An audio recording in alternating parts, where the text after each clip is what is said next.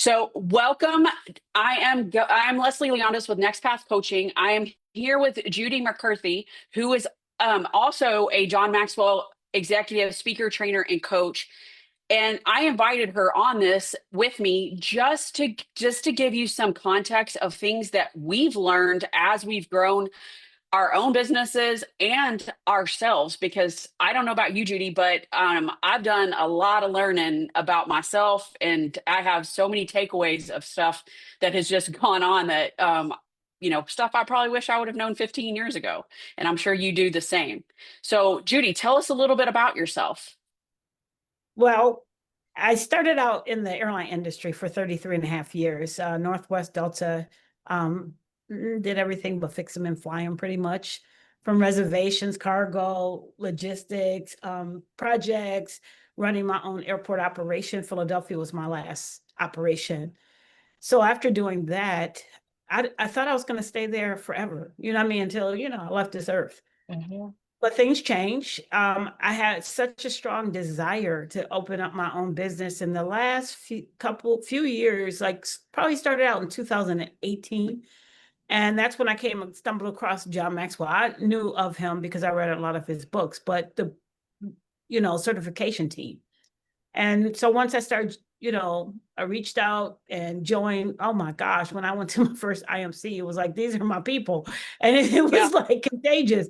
It was fabulous because at that point, I just jumped all in. I started my own business as a consultant because I was really good at connecting with people, influencing people, especially I have 5 generations in the workplace at one time.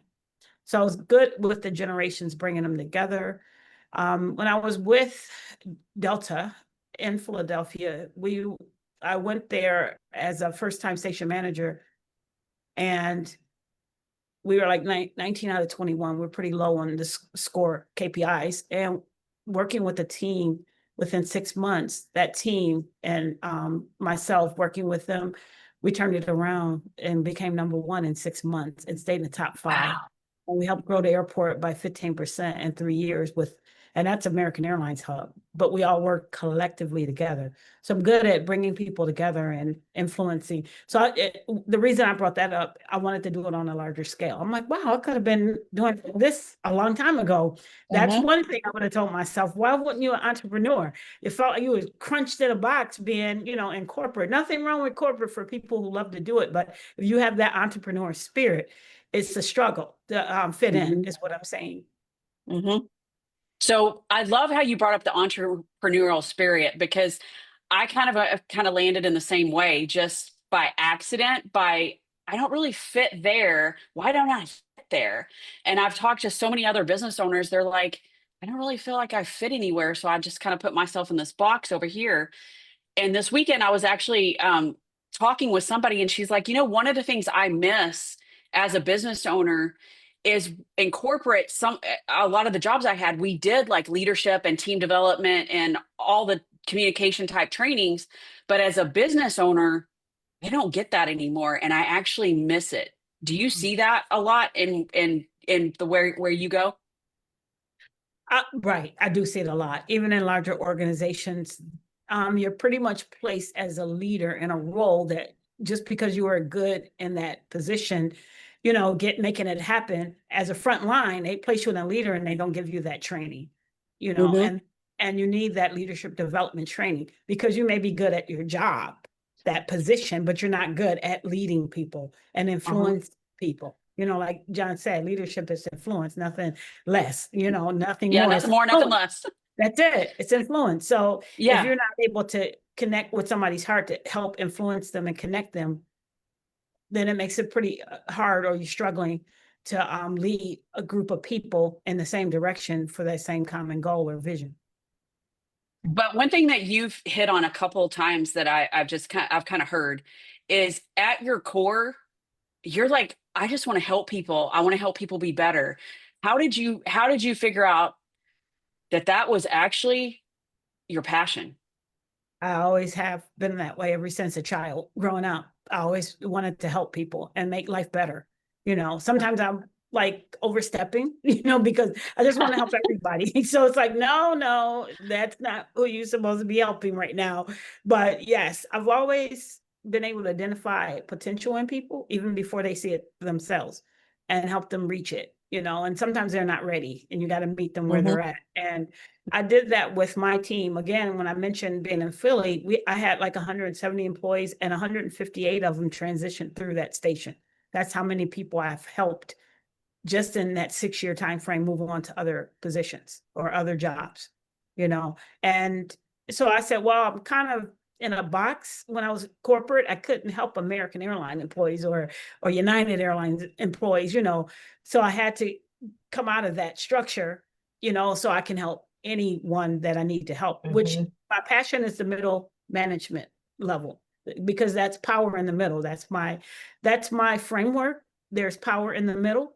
And it's Mm-hmm. also leveraging the generations to come together to work. But that power in the middle is that momentum that's going to move you forward, because you actually need to take that vision from the C-suite and carry it and have the front line execute on what you're presenting to them or whatever you're showing them. So it makes a Mm-hmm. huge difference. That power that's in the middle, and that's the most neglected group, not trained, not paid well, and the pressure is on them to perform, but they can destroy or they can build your organization.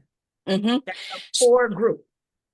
So in that core group, before you start working with them, do you hear this is the way we've always done it a lot? Yes. Or Oh, yeah. yeah. You have to stretch them or challenge their mindset. Yes. Uh-huh. And is it because, do you find that it's because a lot of times, as you know, because you said they're moved up because they're really good at a skill, would you say that it's because they're moved up from that skill and then they've never really stretched as a leader, and so then you're trying to, like, okay, how can we stretch you to pull your potential out, because obviously something was seen in you? So Right. is that why you say you like doing the middle, because it's people that are coming up in the ranks? It's coming up in the ranks. And if you can make that middle group strong, and I know I was a living witness of that middle group being strong, they can turn operations around, because that middle group touch your frontline employees and they touch the customers that you're serving. So if Mm-hmm. you make that group strong, even though they're getting direction coming from the C-suite, they can translate that and execute it with the frontline team. So Mm-hmm. it's crucial for that. So yes, you find potential in that group, and you see what did the leaders, maybe whoever promoted them in that area, see in them that you can help identify and bring it out. So that way Uh-huh. they sharpen and trained, and now they're a powerhouse. Mm-hmm. And one of the other things that I just love about you is you're so giving to your community. So you and I have talked about how you've worked with your local chamber, which Yes, also filters down to the small business owners as well. And you've helped develop some leadership programs and stuff for the chambers, where yes. you're actually arming small business owners with these leadership skills. Can you talk about some of that?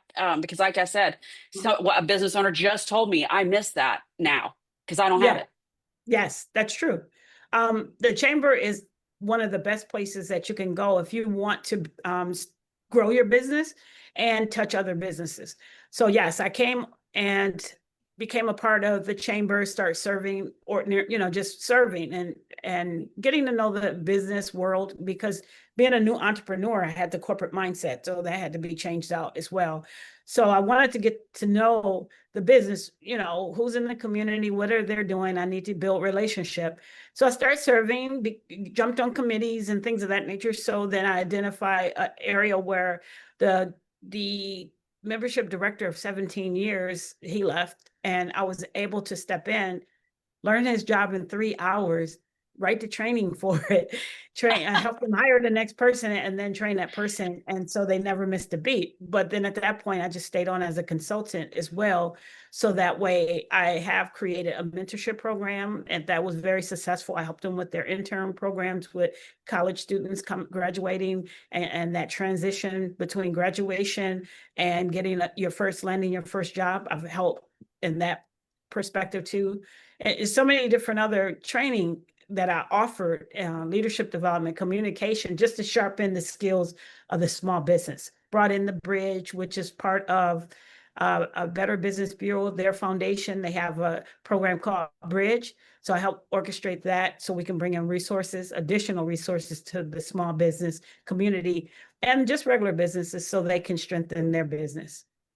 So how would you say these things that you're doing have actually, because I know you work with people all over, but in your own community, how would you say this has impacted your community? Because a lot of times we don't focus, we're so busy, we don't think about how can this impact my high school, my schools, my the small business of the community, the larger business of the communities. So how would you say some of this leadership training has actually impacted?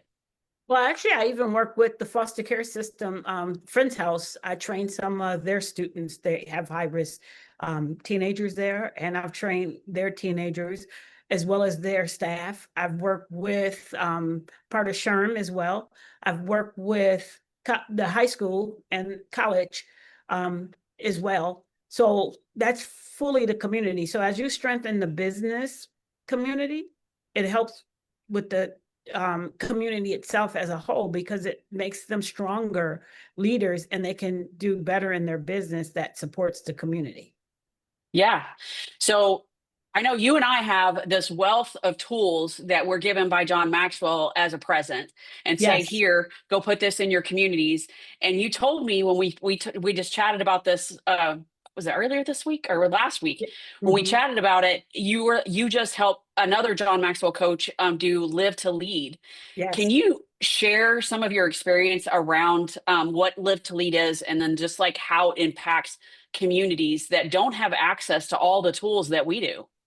Well, the main thing is you're bringing in expert leaders into the community for Live to Lead. And you can invite college students, high school students. You can invite not just entrepreneurs, but business leaders. So I brought in like Target Distribution Center came and supported us, State Farm. We had wings. We had other larger entities as well as the small companies and come in to support that event, and they were able to connect with one another too. So now you're building relationship with one another, small business, medium, large business, so they can understand that ecosystem that builds that Hmm. ecosystem. And because of that, yes, a young lady, we both was new to Live to Lead, but we were able to bring in your Jesse Cole, your John Maxwell, Valerie Burton, Craig. We were able to bring in those experts that they would normally not have access to. So we were able to provide that and give them some high level training on top of what John gives us as well. So we had activities set up, we had other things for them to do, but they connected, and we even had them do like a statement, a commitment statement. So that way, what you learn, apply one thing. What are you going to learn? Hmm. What are you going to take away? How are you going to apply this? And they signed off to say, yes, this is what we're going to do. That's So it was amazing. very successful. That's amazing. I'm actually doing one with, I'm volunteering for one at the end of this month in Pearland, Texas. Okay. That my business partner are both volunteers to help bring Live to Lead to Pearland. So I'm super excited to see how all that plays out. And then when I heard your experience, I was like, because we have all of these tools, and it's like, how can we get them out in the world even more than they already are?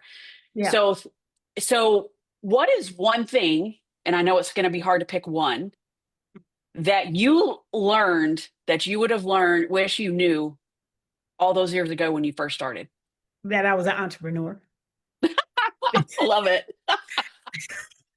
But I would have been way ahead of what I am today. And I know it is because who I am today, the path that I currently took, which is great. I don't regret that path. But being out of, I should have left a long time ago from the corporate after I learned what I did and became an entrepreneur, because I'm an entrepreneur. I'm able to help various businesses, larger, I'm even helping larger global companies now and not just small businesses. As a solopreneur, my mindset shift. I think thanks to Marissa Nielsen, I have to give her a shout out as well. Once I started working with her, that's another piece of it. That financial foundation, Hmm. that's a game changer, because you may understand the mechanics of money, but not the mindset of it and the tool and how to really make that money work for you so you can be rich to help more people. And it's Hmm. about impact. It's not about you just having stuff, or getting more resources and any of that. No, it's about you becoming rich because your outreach is further. You can reach other people and you can help other people and more people, in a more impactful way because you have the resources to do so.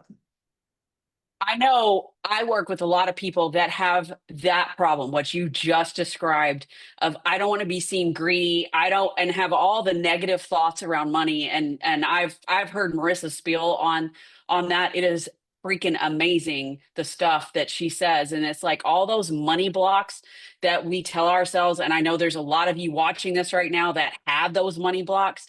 But if you look at it, how could money impact more? Correct. Because it gives you more reach, it gives you more places that you could impact money. And I think it was John that said money is what helps transform the world.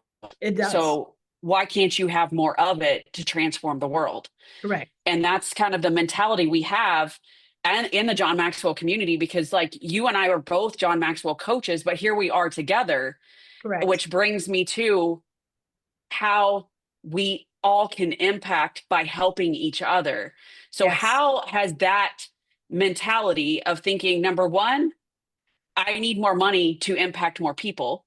And then Mhm. number two, I need to surround myself with the right people. How has that impacted your journey in that entrepreneurial quest that you're on? Oh, once I cleaned out the clutter, which Melissa gives you that list. I went through my checklist. I cleaned the clutter out. I also freed myself of things that no longer serve me, and got rid of the distraction. Even people, I love them, but they, not that they're serving me per se, but they're not part of my destiny or journey. So I had to let them go because they were holding me back. My mindset was number one, had to be unlocked. So when she said the right thing cannot enter the same space the wrong thing is occupying, it unlocked a key. That was it for I me. love that. After that happened, and I really started focusing and doing everything that she was teaching me how to do, doors have opening up for me. Like my word this year is harvest, because now it's time for me to reap what I sowed. Mhm. So it's harvest time, and like I said, opportunities are coming my way, and things that I can't even ever imagine because my mindset shift. And Mhm. like I said, I'll be able to earn enough money just so I can even free myself of time to be able to give back even more. Go into the schools, start my entrepreneur enterprise institute. That's a whole different story that we could talk later about. But yes, it's my dream, and I want to be able to do that. And it takes a lot of resources to be able to make that happen. Mhm. So before we close, I just want to ask you this question because you kind of alluded to it a little bit about how mindset is the most powerful tool you actually have. When you believe what you believe Hmm. is what you see as true. Right. But and we have all of these personal development tools, but you said you had to clear out the clutter. Yes.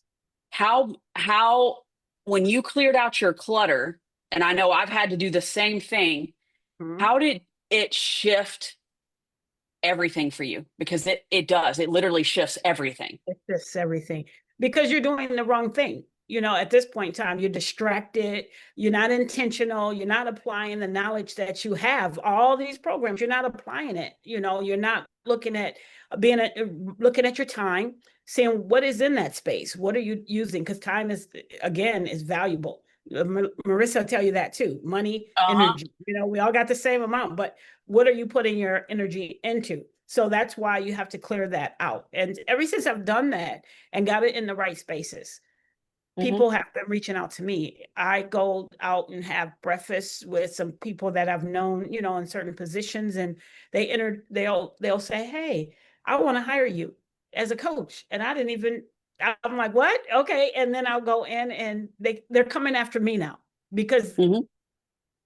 my mind has shifted that I am going to help and make an impact, and I'm doing things differently now. So the more I learn, the more people I've helped, it's all coming back now to me. Hmm. Because Yeah. of the fact I'm focused on that and I'm intentional and I have a mission and I'm working towards that and not letting all this other outside noise distract me, keeping the clutter away from me and heading in that direction. So then I'm just helping so many other people. And Hmm. even our community, Maxwell is the best kept secret. We're a powerhouse. If we came together and really got serious with all the material and all the resources Maxwell offer, wow, you talk about an impactful world. Hmm. Transformation, even beyond the transformation trips we do, Yeah. it'll go way even beyond that. We will Yeah. make a big difference in this world, period. Because Yeah. yeah, I had somebody when I was talking about, I think it was the 17 laws of teamwork. And, John wrote that book a long time ago, but it still applies to today. And yes, that's the way most of the books are, is they still apply right now, even when they were written so many years ago. We still haven't learned our lesson because yes, those lessons still apply. correct. And I feel grateful that it was brought into my life. And Yes, I know how much I've grown and how much I enjoy being part of the Maxwell community because it's surrounded with people like you. And this is not a Maxwell like commercial or anything like that, but it's no, no, of course the not. point of it is when you surround people that are like-minded, there's no stopping what you can do. And in a time where trust is a deficit, this is Mm-hmm. when you surround yourself with people that are going the same direction you are. Just like you said, I had to remove the clutter. And sometimes the people with the negative thoughts are the clutter that we have to remove. And Absolutely. that's been key for me as well. It's like I can't deal with that right now because I'm working this way. And it's not that they're bad people, it's just the No, you love them, negativity. but yeah, you love them, but you just can't because you're going in different directions and you don't want to hold them up either. Let them do whatever they have to do, but you're not actually going in the same direction. So that's when you get to the cross in the road and then you separate at that point. Nothing wrong with that. It's Yeah. how it should be. So any final thoughts before we wrap up? No, thank you, Laura. Leslie, I'm sorry, I'm going with your last name. This has been awesome. I appreciate you connecting with me. I appreciate being a part of what you're doing. I mean, we're just got to do more together too. This is amazing. I do Mhm. appreciate it a lot. Thank you so Yes. much. Mhm.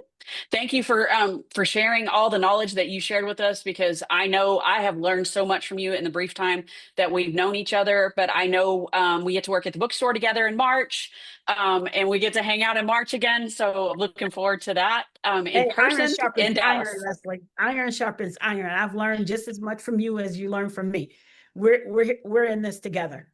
All right. So thanks for joining me, and I will chat with you soon. I'm going to sign us off right now.